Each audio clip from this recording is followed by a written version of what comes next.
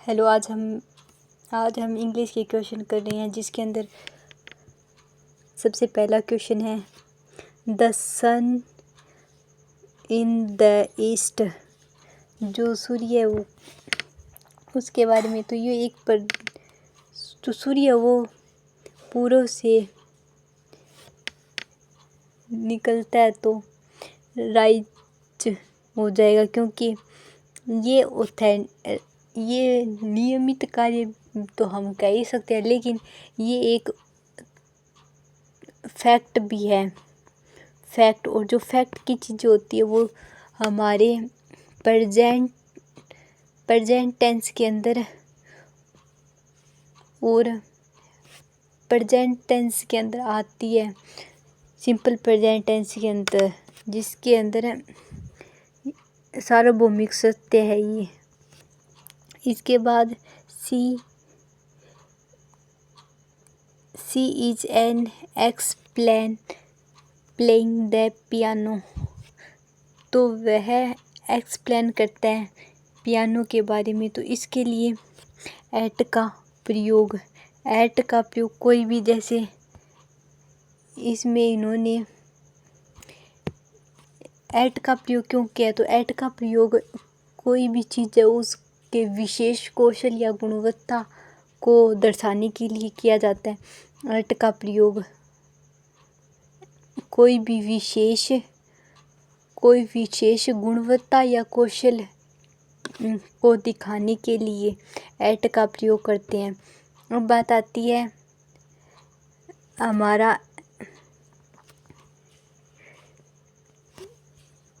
Correct बताने इसका word. तो इसका प्लीजेंट हो जाएगा, जिसका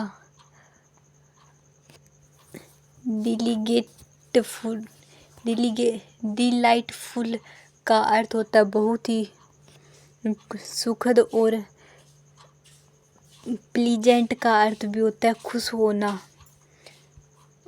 सैड का अर्थ दुखी होना।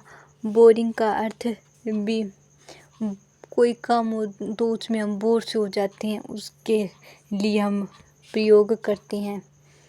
इसके बाद हमारा अगला क्वेश्चन, जिसके अंदर we are late for the movie, we missed the begin. तो बिगिन, तो इसके अंदर किसका हम प्रयोग करेंगे, तो इसके अंदर हम सो का प्रयोग करेंगे। इसके अंदर हम कारण बता रहे हैं कि मैंने मिस कर दी, लेट होने के कारण, कि वो लेट आए तो उन्होंने मूवी जो है वो जो स्टार्टिंग की थी वो मिस कर दी। तो इसके बारे में तो सो का प्रयोग परिणाम के कारण को दर्शाने के लिए किया जाता है। इसके बाद हमारा अगला क्वेश्चन नंबर 5, जिसके अंदर हमें सेंटेंस को करेक्ट टेंस कौन सा है, तो इसमें टेंस करेक्ट कौन सा है, तो ये तो होगा ही नहीं बिल्कुल भी। इसके अंदर इसके अंदर देखो वर्ब हो गई, इसके साथ वर्ब की सेकंड फॉर्म, ऐसे तो नहीं होगा। इसके बाद यहाँ पर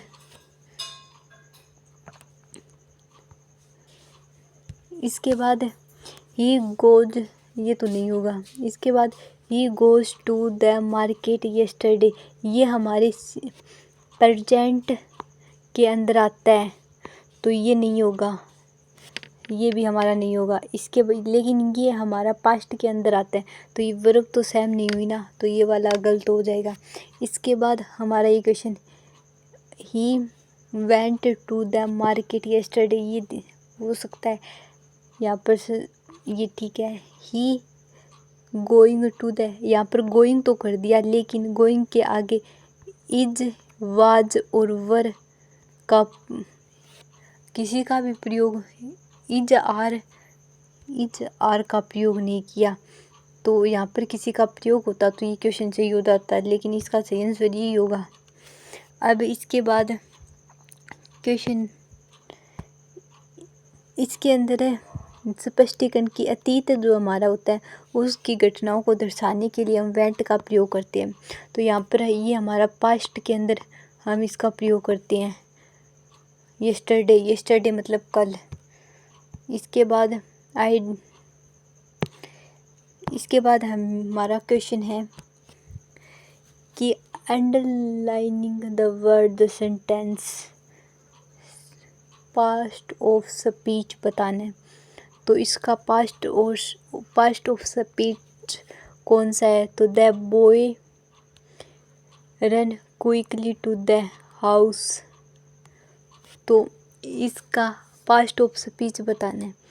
तो जो एडवर्ब होगी ना वो होगी क्विकली। कोई चीज़ वो जल्दी हो रहा है इसके लिए, जैसे एडवर्ब है और उसके क्विकली है, एक क्रिया विशेषण है जो किसी भी क्रिया कोई भी कार्य उसका वर्णन कर रही है। जैसे ये क्रिया है और ये रन ये दौड़ना ये कार्य हो रहा है। इसके बाद हमारा आगे का क्वेश्चन जिसके अंदर क्वेश्चन नंबर 7 और क्वेश्चन नंबर 7 के अंदर हमारा क्वेश्चन है कि करेक्ट आर्टिकल बताना है कि आर्टिकल सही कौन सा है। तो आई सा खालिस्तान ओ इन द ट्री जो ओवल है उसके अंदर हम ओ की ध्वनि निकलती है तो ओ निकलता है तो ये एन का प्रयोग होगा। और अगर यहाँ पर स्वर ध्वनि अगर न निकलती तो यहाँ पर ए का प्रयोग होता, लेकिन यहाँ पर स्वर की ध्वनि निकली हुई है तो या इसके साथ एन का प्रयोग होगा। अगर इसी के साथ अगर व्यंजन की ध्वनि निकलती तो यहाँ पर ए का प्रयोग होता। इसके अंदर अगर ओवर शब्द के अंदर शुरुआत में स्वर निकलता है जिसके अंदर एन का प्रयोग होगा, यहाँ पर स्वर निकलता है तभी एन का प्रयोग होता है, लेकिन अगर व्यंजन हो तो यहाँ पर ए का प्रयोग होगा। इसके बाद हमारा अगला क्वेश्चन नंबर 8 जिसके अंदर एंटोनिम एनिसिनीट जिसके अंदर हमें बताना है कि इसका क्या होगा। इसका अर्थ नया हो गया, इसका पुराना, इसका हिस्टोरिकल और इसके अंदर तो इसका इतिहास से संबंधित है। ये जो हमारा इतिहास होता है उससे संबंधित है। ये अगर हिस्ट्री से संबंधित है तो अगर ये वर्ड हमारा हिस्ट्री से संबंधित है तो हमें कोई ऐसा बताना है जो इसके विलोम हो, तो इसका अपोजिट नया हो जाएगा। एक तो पुराना जो इतिहास का हो और एक जो अब का हो गया, तो इसका अर्थ पुराना हो गया और इसका हमें नया बताना है।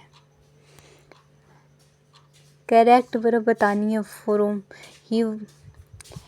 He has Khalistan is homework. यहाँ पर हैज़ के साथ कौन सी वर्ब लगेगी?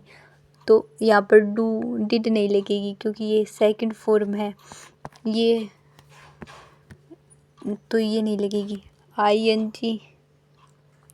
आईएनजी तभी लगती यहाँ पर अगर बीन होता तो आईएनजी की फॉर्म लग जाती, लेकिन यहाँ पर नहीं है। अगर यहाँ पर पास्ट होता तो यहाँ पर वर्ब की सेकंड फॉर्म लग जाती, लेकिन पास्ट भी नहीं है। तो ये 2 क्वेश्चन चले गए। अब डू अगर लगता तो डू नहीं लगेगा, क्योंकि डू के अंदर फर्स्ट फॉर्म होती है। और हैज के साथ लगेगा डन, क्योंकि डन इसलिए लगेगा कि अगर हैज दे रखा है तो हैज के साथ वर्ब की थर्ड फॉर्म का प्रयोग होगा, तो इसके साथ ये हो जाएगा। इसके अंदर हैज और हैज के बाद वर्ब की थर्ड फॉर्म का प्रयोग होगा, इसलिए डन का प्रयोग होगा। इसके बाद करेक्ट सेंटेंस बताना है। They is watching a movie, वे मूवी देख रहे हैं। वे इसके साथ वर्ब की सिंगल फॉर्म नहीं आएगी, ये प्लूरल है तो इसके साथ यहाँ पर प्लूरल होना चाहिए। ये प्लूरल है, यहाँ पर हो सकता है यहाँ पर एम, ये भी नहीं होगा क्योंकि ये भी आई के साथ लगता है, यहाँ पर सिंगल के साथ, तो ये भी नहीं होगा। वाज भी सिंगल पर्सन के साथ लगता है, तो इसका सही आंसर ये होगा। They are watch a movie, इसके अंदर ये क्वेश्चन होगा आंसर। इसके अंदर दे एक बहुवचन करता है जिसके साथ आर का सही प्रयोग है, तो इसके साथ आर का सही प्रयोग इसलिए क्योंकि ये वर्ब है और प्लूरल है, और दे भी एक प्लूरल शब्द है तो प्लूरल के साथ प्लूरल लगेगा। तो अभी के लिए बस इतना ही।